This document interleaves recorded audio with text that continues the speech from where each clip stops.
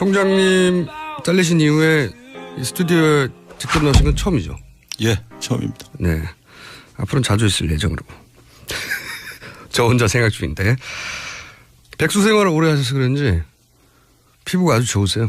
네, 마음 잘 다스리고 네. 뭐 그림도 그리고 잘 지낸 덕분이라고 생각합니다. 네, 아주 얼굴 좋으신데 요 인터뷰를 하고 나서도 계속 얼굴이 좋아질지는 잘 모르겠습니다.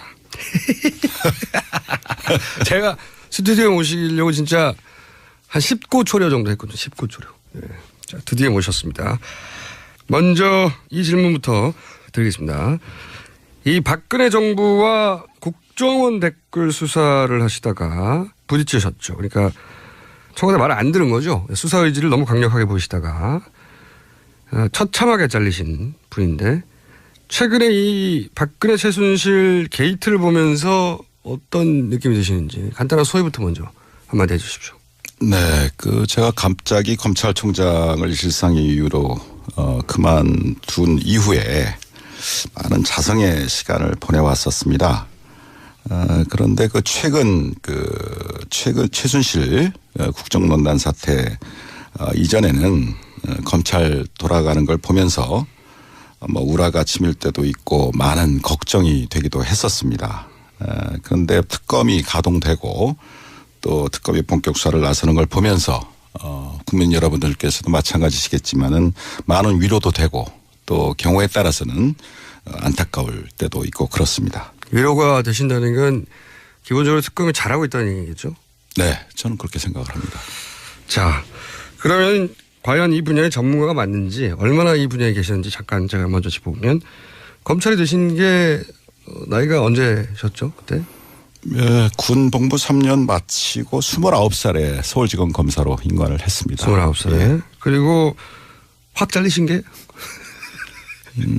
총장 6개월 하고. 6개월? 예, 2013년 9월 30일자로 퇴직을 했는데 그때가 55살이었습니다. 29년. 제가 알기로는 헌정사상 최단기 검찰총장이었어요. 6개월. 6개월 검찰총장을 하셨고 그런 배경 지식을 가지시고요. 그러니까 사회생활 하시고 검찰에만 계신 거죠? 쭉. 네. 그리고 네. 백수 3년 했습니다. 많이 들으셨어요, 방송이? 자, 먼저 이제 특검 연장. 황교안 대행이 이제 저는 특검 연장을 안 할 것 같은데 자, 이 부분을 한번 짚어보겠습니다. 안 하겠죠? 만약에 황 대행께서 국민 대다수의 뜻과 달리 연장을 일방적으로 거부해버려서 특검 수사를 중단시킨다면 결국은 이러한 최순실 국정농단 사태에 대한 수사 의지가 없다는 것을 스스로 증명한 거 아니겠습니까? 지금 안 해줄 것 같은데 그 말씀을 좀 제 나름대로 해석을 하면 특검 연장을 안 해주면 수사 의지가 없는 거다. 안 할 것 같은데 안 한다면 이유가 뭘까요? 다 아시다시피 황교안 대행 역시 국민 대다수 분들이 이번 국정농단 사태의 공동 책임자 중에 한 사람 아니냐라는 그 의혹을 제기하고 있지 않습니까? 그런 의혹은 이 정부 들어와서 뭐 법무부 장관을 오래 하셨고 또 총리를 계속 하셨고 이젠 대행까지 하고 있고 그 과정에서 이런 농단 사태가 다 벌어졌지 않습니까? 다 벌어졌어요. 그 말씀은 특검 연장을 안 하면 자기 책임이 드러날까 봐 안 하는 거다? 결국은 수사를 계속해야 하는 특검에서 수사를 계속해야 하는 상황에서 연장을 안 해줘서 수사를 갑자기 멈추게 한다면 이러한 국민들로부터 받고 있는 본인 연루 의혹에 대해서 해소시킬 수 있는 기회를 스스로 놓치는 것이다 라고 생각을 합니다. 그러니까 논리적으로 보자면 본인이 연루되지 않았다면 털 기회인데 그걸 연장 안 하는 걸 보면 본인이 연루된 거 아니냐. 라는 의혹이 또 제기될 수도 있다는 얘기입니다. 네. 그런 의혹이 제기될 수 있는 수준이 아니라 그런 거 아닌가요? 본인이 연루된 게 나올까 봐 특검 연장을 안 한다. 이렇게. 뭐 제가 전직 총장으로서 그런 말씀 드리는 건 적절치 않다고 보는데요. 어쨌든 특검을 연장해서라도 본인의 국민들적 의혹을 해소시키는 것이 황교안 대행 본인에게도 좋을 것이다. 또 그것이 국민들이 바라는 바일 것이다. 라는 게 제 의견입니다. 살짝 약간만 삐딱하게 보면 이게 협박처럼 들려요. 하는 게 좋을 것이다. 자, 그러면은 아까 이야기에 이어서 오늘 이 자리에서는 답변 안 하실 것 같으니까 아까 이어서 특검 연장도 안 되고 영장도 기각되고 그리고 황교안 대행이 이제 연장 안 한다는 결론을 내리는 이런 사태가 아마 이달 말이면 판결이 날 텐데 그때 되면 다시 나와서 굉장히 강력하게 말씀해 주실 거죠? 근데 어떻게 매번 저보고 다시 나오라고 이렇게. 아니 오늘 다 얘기 안 하시니까. 근데 다음에 나오시면은 이제 명단 쫙 들고 와가지고 이름 막 부르고 막 그러실 거죠? 그런 일이 있겠습니까? 네. 들어봅시다. 자, 다음에 나오시면 다음 한번 예약해놓고 자 마지막으로 이 얘기해야 되겠네요. 황교안 대행 이런 말 했어요.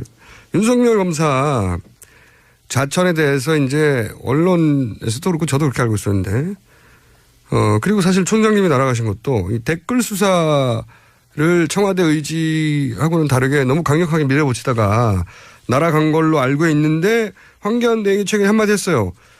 윤석열 검사가 자천된 것은 댓글 수사와는 상관이 없고 종합적으로 볼 때 자질의 문제가 있어서 자천된 거다. 이런 식으로 말했단 말이죠. 여기에 대해서는 당시 댓글 수사를 총지휘하셨던 검찰총장이고 그리고 그로 인해서 자천됐다고 알려진 윤 검사에 대해서 이 황교안 대행의 논평에 대해서 한마디 하셔야 될 것 같은데요.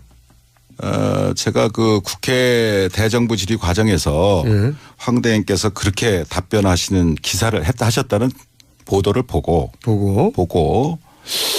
누가 누구를 평가하나.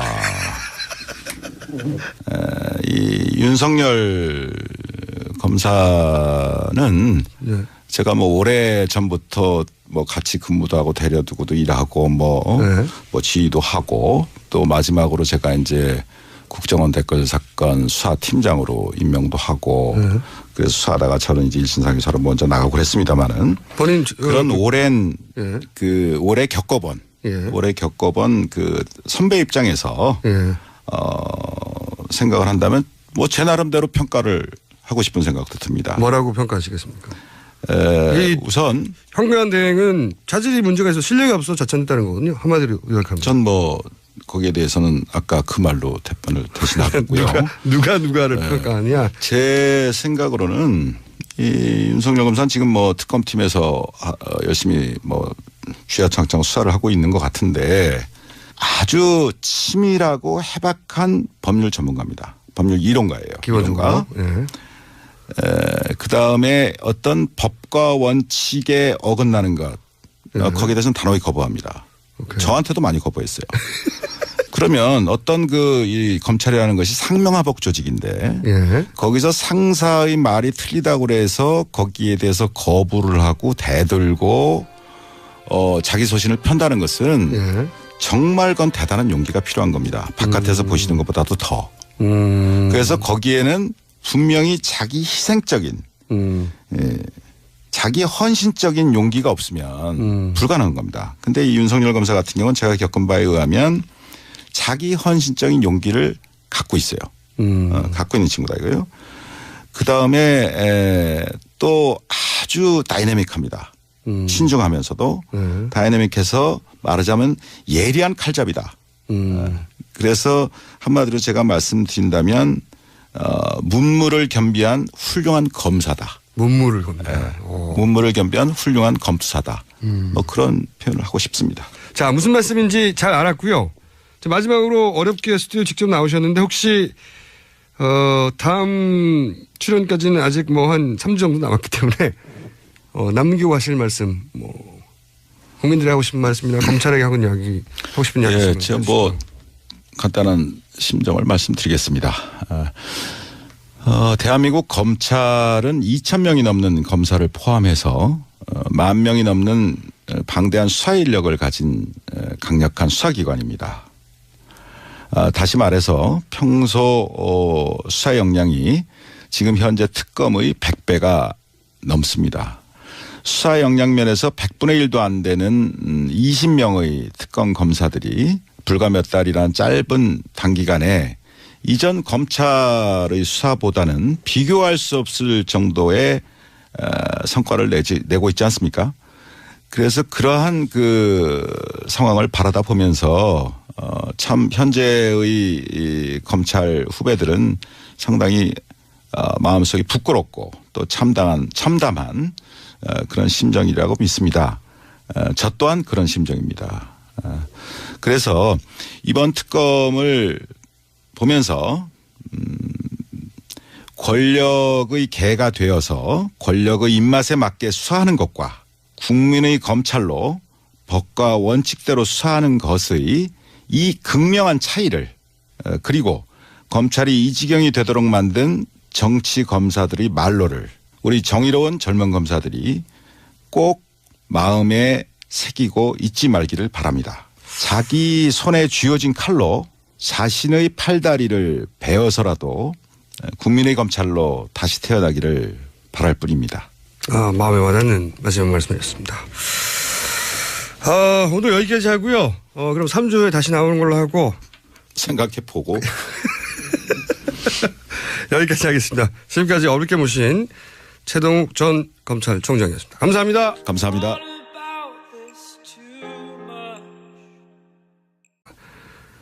처참하게 잘리신 분인데 최근에 이 박근혜 최순실 게이트를 보면서 어떤 느낌이 드시는지 간단한 소회부터 먼저 한마디 해 주십시오. 네, 제가 갑자기 검찰총장을 일상의 이유로 그만둔 이후에 많은 자성의 시간을 보내왔었습니다. 그런데 최근 최순실 국정농단 사태 이전에는 검찰 돌아가는 걸 보면서 우라가 치밀 때도 있고 많은 걱정이 되기도 했었습니다. 그런데 특검이 가동되고 또 특검이 본격 수사를 나서는 걸 보면서 국민 여러분들께서도 마찬가지시겠지만은 많은 위로도 되고 또 경우에 따라서는 안타까울 때도 있고 그렇습니다. 위로가 되신다는 건 기본적으로 특검이 잘하고 있다는 얘기겠죠? 네, 저는 그렇게 생각을 합니다. 자, 그러면 과연 이 분야의 전문가가 맞는지 얼마나 이 분야에 계셨는지 잠깐 제가 먼저 짚어보면 검찰이 되신 게 나이가 언제셨죠? 그때? 네, 군 복무 3년 마치고 29살에 서울지검 검사로 임관을 했습니다. 29살에. 예. 그리고 확 잘리신 게? 총장 6개월 하고. 6개월? 예. 2013년 9월 30일자로 퇴직을 했는데 그때가 55살이었습니다. 29년. 제가 알기로는 헌정사상 최단기 검찰총장이었어요. 6개월. 6개월 검찰총장을 하셨고 그런 배경 지식을 가지시고요. 그러니까 사회생활 하시고 검찰에만 계신 거죠? 쭉. 네. 그리고 백수 3년 했습니다. 총장님 잘리신 이후에 이 스튜디오에 직접 나오신 건 처음이죠? 예. 처음입니다. 네. 앞으로는 자주 있을 예정으로. 저 혼자 생각 중인데. 백수 생활을 오래 하셔서 그런지 피부가 아주 좋으세요.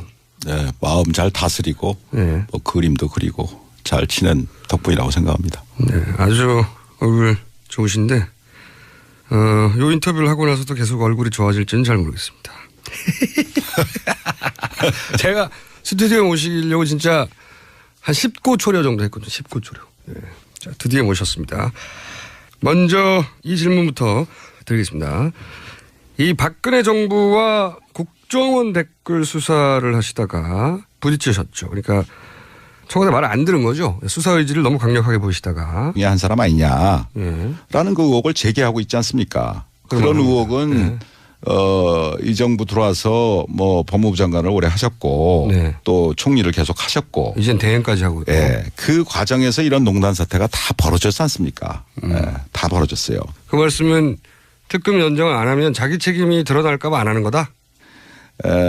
결국은 수사를 계속해야 하는 특검에서 수사를 계속해야 하는 상황에서 연장을 안 해줘서 수사를 갑자기 멈추게 한다면 예. 이러한 국민들로부터 받고 있는 본인 연루 의혹에 대해서 해소시킬 수 있는 기회를 스스로 놓치는 것이다 라고 생각을 합니다. 그러니까 논리적으로 보자면 본인이 연루되지 않았다면 털 기회인데 그걸 연장 안 하는 걸 보면 본인이 연루된 거 아니냐. 많이 들으셨어요 방송이. 자, 먼저 이제 특검 연장. 황교안 대행이 이제 저는 특검 연장을 안 할 것 같은데 자, 이 부분을 한번 짚어보겠습니다. 안 하겠죠? 만약에 황 대행께서 예. 국민 대다수의 뜻과 달리 예. 연장을 일방적으로 거부해버려서 특검 수사를 중단시킨다면 예. 결국은 이러한 최순실 국정농단 사태에 대한 수사 의지가 없다는 것을 스스로 증명한 거 아니겠습니까? 지금 안 해줄 것 같은데 그 말씀을 좀 제 나름대로 해석을 하면 특검 연장을 안 해주면 수사 의지가 없는 거다. 안 할 것 같은데 안 한다면 이유가 뭘까요? 다 아시다시피 그 황교안 대행 역시 국민 대다수 분들이 이번 국정농단 사태의 공동 책임자 중